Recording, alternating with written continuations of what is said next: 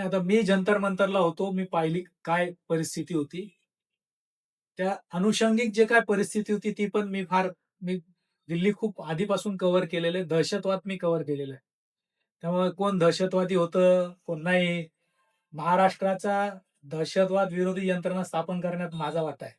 आणि 2002, 3, 4 ज्यावेळेस काश्मीर दहशतवादात होतं, त्यावेळेस बारामुल्ला, उडी, पंपोर या सगळ्या भागात जाऊन दहशतवाद कव्हर केलेला माणूस मी आहे.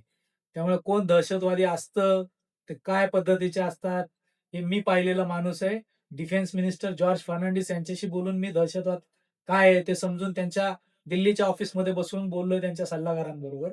त्यामुळे हे जे छपरी लोक असतात ना, की ह्याला दहशतवादी ठरव, त्याला दहशतवादी ठरव.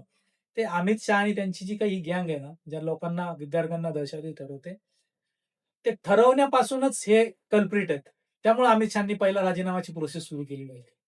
की जे दहशत माजवतात, मुलींवर दहशत माजवतात, लहान मुलांना दहशत माजवतात, विद्यार्थ्यांवर दहशत माजवतात, ते दहशतवादी समजले गेले पाहिजे. कारण मी कॅटेगरिकली सांगू शकतो, दहशतवादी कोण असतो आणि कोणी नसतो. विद्यार्थी जे रस्त्यावर आंदोलन करतात, ते दहशतवादी असू शकत नाही. आणि ते आपलं फेल्युअर विद्यार्थ्यांवर टाकतायत. त्यांना दहशतवादी, हा खलिस्तानवादी, हा नक्षलवादी, हा अर्बन नक्षल. सगळ्यांचं कॉन्ट्रॅक्ट तुमच्याकडे आहे का लेबल द्यायचं?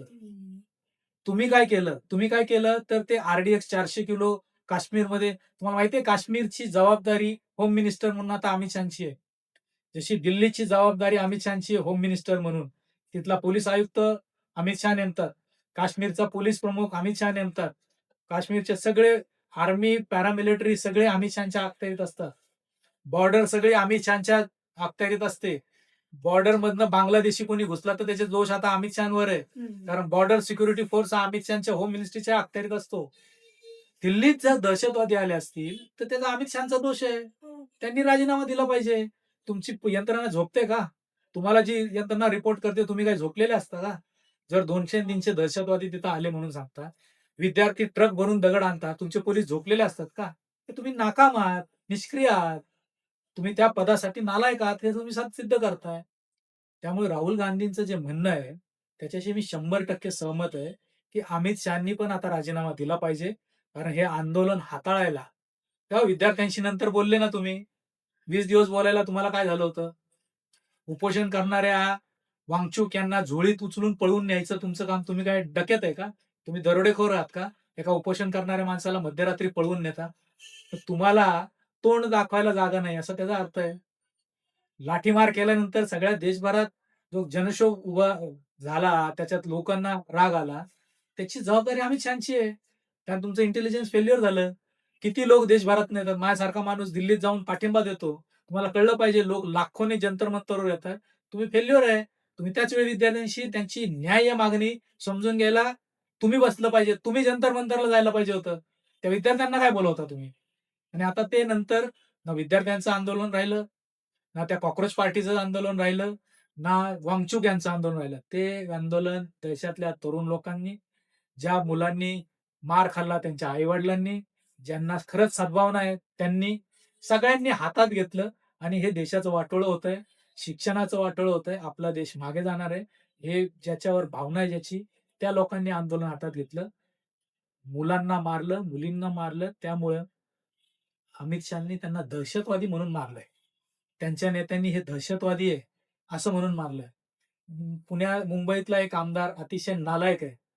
त्याने म्हटलं, "त्या मुलांचे पुठ्ठे सुजवले मारून पोलिसांनी. पोलीस किती भारी आहेत. तुम्हाला लाज वाटत नाही? मुला-मुलींना पार्श्वभागावर मारताना तुम्हाला आनंद वाटतो?" ती मारायची व्यवस्था असते का आंदोलनात? आंदोलनात पांगवण्यासाठीचा एक प्रोटोकॉल आहे. एस-ओ-पी असतो, स्टँडर्ड ऑपरेटिंग प्रोसिजर. मुलांना असेल, मुली असतील, शेतकरी असतील, महिला असतील, आंदोलनाला महिलांना हाताळायला महिला लागते. लाज नाही वाटत पोलिसांना महिलांच्या अंगाला हात लावायला?